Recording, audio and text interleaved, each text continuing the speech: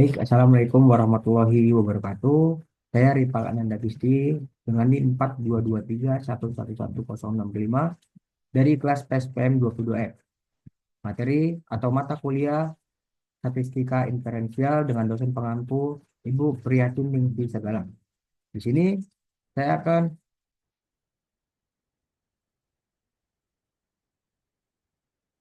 baik, sini saya akan menjelaskan materi tentang pengujian hipotesis rata-rata, persentase dan varians atau standar deviasi menggunakan aplikasi RStudio. Nah, saya akan terlebih dahulu menjelaskan apa itu hipotesis rata-rata, persentase, dan varian standar atau standar deviasi sebelum kita ke aplikasi RStudio-nya. Baik, uji beda varian atau uji F. Uji F digunakan untuk mengetahui apakah variabel independen secara keseluruhan mempengaruhi variabel dependen. Pengujian ini digunakan hanya pada dua kelompok data yang independen dengan tingkat signifikansi 5% atau 0,05. Jika nilai signifikansi F lebih kecil dari 0,05, maka variabel independen secara keseluruhan berpengaruh terhadap variabel dependen. Begitu pula sebaliknya.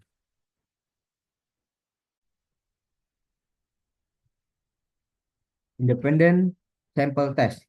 Uji ini untuk mengetahui perbedaan rata-rata dua populasi atau kelompok data yang independen. Contoh kasus, suatu penelitian ingin mengetahui rata-rata hasil belajar kelompok satu dan kelompok 2. Sehingga hipotesisnya ada dua, yaitu rata-rata kelompok satu sama dengan kelompok 2, atau rata-rata kelompok satu tidak sama dengan kelompok 2. Uji T independen ini memiliki asumsi atau syarat yang mesti dipenuhi, yaitu pertama, datanya berdistribusi normal.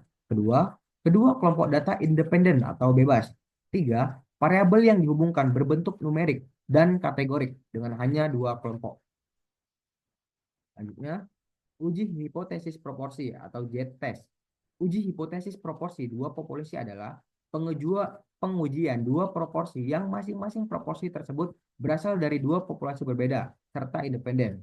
Pengujian dua proporsi digunakan ketika akan membandingkan apakah proporsi pada populasi pertama lebih kecil, sama, atau lebih besar dibandingkan proporsi pada populasi kedua. Syarat sampel untuk melakukan pengujian proporsi dua populasi adalah sampel yang diambil harus acak atau random dan berasal dari populasi yang independen. Nah, selanjutnya teman-teman kita akan masuk ke aplikasi RStudio-nya. Nah, di sini udah terlihat gambaran dari tampilan dari aplikasi RStudio. Nah, pertama-tama kita akan masukkan data yang udah kita buat sebelumnya terlebih dahulu. Pertama kita dari ini, dari import dataset, kita klik saja. Kemudian karena data yang kita buat itu dari Excel, kita masukkan berarti from Excel, ketik saja, tekan, habis itu browse. Kita cari. Kita cari data yang udah kita buat tadi. Tadi saya letakkan di sini.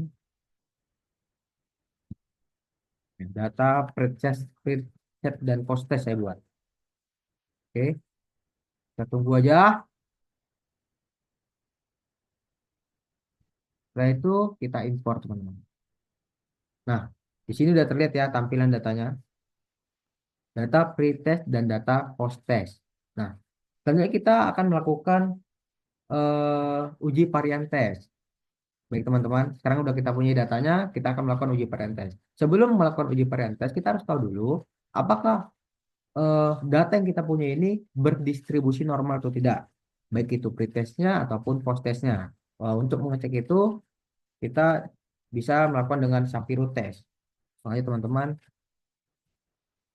Shapiro test, kemudian kita buat datanya data apa, data preset, dan post test yang namakan itu, kemudian dolar pretest terlebih dahulu. Kita mau cari tahu pretestnya berdistribusi normal atau tidak. Gitu. Nah, di sini p-value-nya 0,5879. Di atas 0,05 berarti berdistribusi normal. Selanjutnya yang post test. Sama kayak tadi, cuman bedanya ini setelah dolar, ini post test. Post test. Runkan juga. Nah, di sini 0, ini hasilnya teman-teman, 0,9585. Artinya berdistribusi normal. Setelah kita tahu data kita berdistribusi normal, maka kita bisa langsung mencari tahu uji beda variansnya. Langsung aja sini kita cari ya. Var test. datanya, eh, nggak tahu, teman. Tes da- data, ini datanya, kemudian sama kita buat dolarnya, dolar, pretest dulu, kita buat koma, datanya lagi masukkan, minta dolar lagi, post test. Setelah ini kita bisa langsung runkan. Ya, di sini p value-nya 0,8474. Artinya eh, data yang kita terima itu dia homogen atau tidak terlalu jauh lah perbedaannya, teman-teman. Setelah itu, setelah kita melakukan varian tes, kita akan melakukan t-test. Kita akan melakukan t-test. Langsung aja kita buat t-test, tes, buka kurung, data. Kemudian dolar juga, pretestnya, pretest, kemudian koma, data lagi. Ah. Nah, nah ini sama sebelumnya dengan partes, tapi bedanya ini kita masukkan argumennya, teman-teman. Argumen var equal. Jadi kita tambahkan argumennya, kalau tak sini koma, var, koma, var equal. Nah, tapi saya ini biar nampak. Var equal. Nah, di sini nih pilihannya dua, teman-teman. Kita bisa ngisi true atau false. True, kita bisa mengisi true apabila eh, variansnya tadi di atas lebih besar dari 0,05. Kita bisa mengisi true apabila variansnya lebih besar daripada 0,5. Dan false apabila variansnya lebih kecil dari 0,05. Nah, tadi kan udah kita dapat itu, teman-teman. Kalau variansnya itu value-nya itu lebih besar daripada 0,05, yaitu 0,8474. Jadi sini kita isi true, teman-teman. True. Itu langsung kita isi.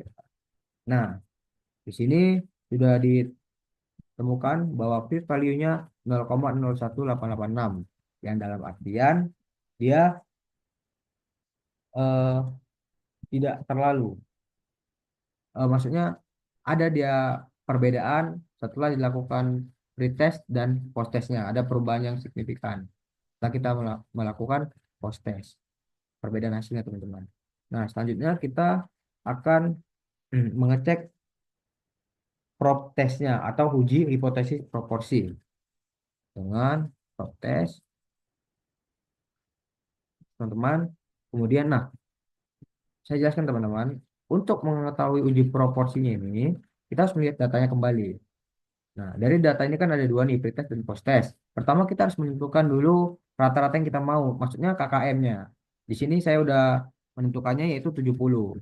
Di pretestnya 70, di post testnya 70. Jadi, saya hitung ini, teman-teman. Kira-kira berapa yang berapa yang nilainya di atas 70. Setelah saya hitung ada dia 6. Di pretest ada 6, di post test ada sebanyak 15.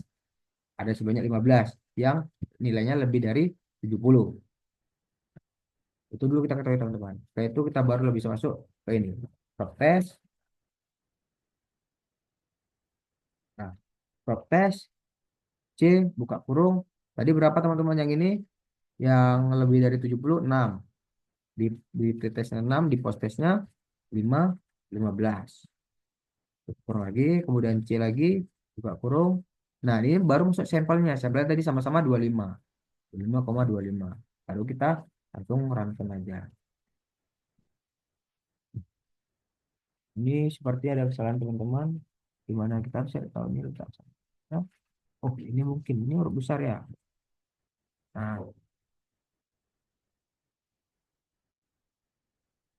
tes.